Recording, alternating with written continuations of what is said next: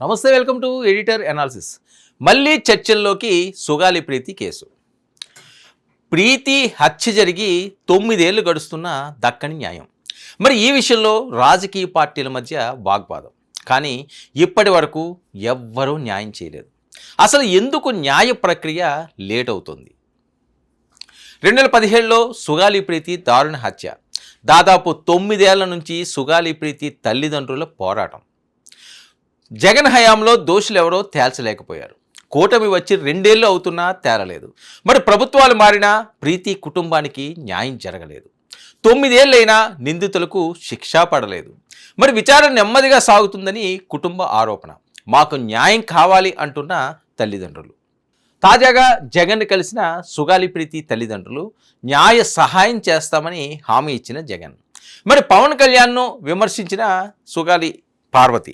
మరి గతంలో ఇదే విషయంలో పవన్ను కలిసిన సుగాలి తల్లి, నాడు జగన్ను విమర్శించిన ప్రీతి తల్లి. మరి రాజకీయ ఆట వస్తువుగా సుగాలి ప్రీతి హత్య కేసు మారిపోయిందని. నిజంగా ఆవిడ జరిగిన అన్యాయం అంతా ఇంత కాదు. అన్యాయంగా, అతి దారుణంగా, అతి కిరాతకంగా మరణించింది. తల్లిదండ్రులకు ఆ బాధ ఉంటుంది. అయితే సుగాలి ప్రీతి పేరెంట్స్ జగన్మోహన్ రెడ్డి గారికి కొన్ని విషయాలు చెబుతా తమకు న్యాయం చేయమన్నారు.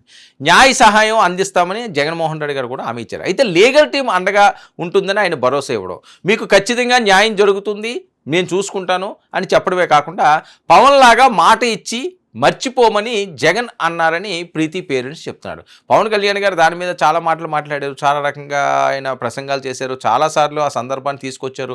కానీ అక్కడ ఉన్న పరిస్థితులు ఏంటంటే ఆ రోజు జరిగిన అవన్నీ కూడా పూర్తిగా రూపం ఆగిపోయినాయి. సిబిఐకి ఇచ్చినా సరే ఫలితం లేకుండా పోయే పరిస్థితి వచ్చిందని. మరి ఎప్పటికైనా సుగాలి ప్రీతికి న్యాయం జరుగుతుందా?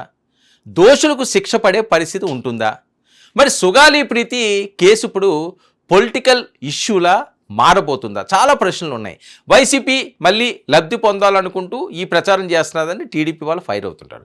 సోషల్ మీడియాలో జగన్ మీద విమర్శలు కూడా వచ్చేస్తున్నాయి. మరి 5 ఏళ్ళు అధికారంలో ఉండి ఎందుకు తేల్చలేదని విమర్శలు వ్యక్తం అవుతున్నాయి. 5 ఏళ్ళు మీరు అధికారంలో ఉన్నారు కదా, ఎందుకు తేల్చలేకపోయారు? ఇప్పుడు మా మీద ఏమన్నా సరే, వీళ్ళు అధికారంలో ఉన్నారా, వాళ్ళు అధికారంలో ఉన్నారా, వాళ్ళు సాయం చేశారా, వీళ్ళు సాయం చేయలేదా, ఇలాంటి అంశాలన్నీ కూడా పక్కన పెడితే సుగాలి ప్రీతి ఆత్మకి శాంతి చేకూర్చాలి అంటే అసలైన నిందితులు వెలుగులోకి రావాల్సిన అవసరం ఉంది. మరి ఆ నిందితులు ఎందుకు పట్టుకు రాకపోతున్నారో, అవన్నీ ఎవరు మార్పింగ్ చేశారో, దీని వెనకాతలు ఉన్న అంత బలమైన శక్తులు ఏంటో ఆ ప్రభుత్వం కానీ ఈ ప్రభుత్వం కానీ మాటలే చెప్పారు కానీ చేతల్లో చూపించట్లేదని వాళ్ళ ఆవేదన.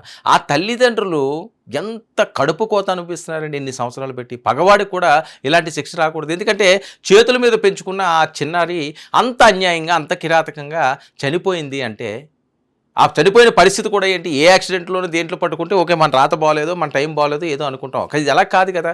కావాలని చెప్పి అతి కిరాతకంగా, అతి దారుణంగా హత్య చేసిన నేపథ్యం, మానభంగం చేసి మరి అలాంటి వాళ్ళని వదిలేస్తే సమాజం ఏమనుకోవాలి? సమాజం అసలు ఎటువైపు అడుగులు వేయాలి? ఇంత దుర్మార్గానికి అసలు కారకులు ఎవరు? అసలు దోషులు ఎవరు?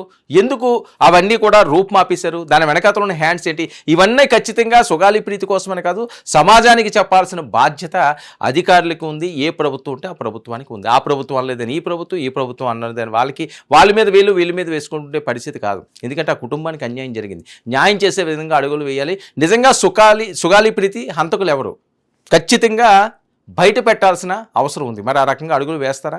ఇది రాజకీయ పరంగా ఇంకా అలాగా ఏళ్ళు గడుస్తూనే ఉంటాయా? చూడాలి. ఇది ఈనాటి editor analysis. Stay tuned to 9 news.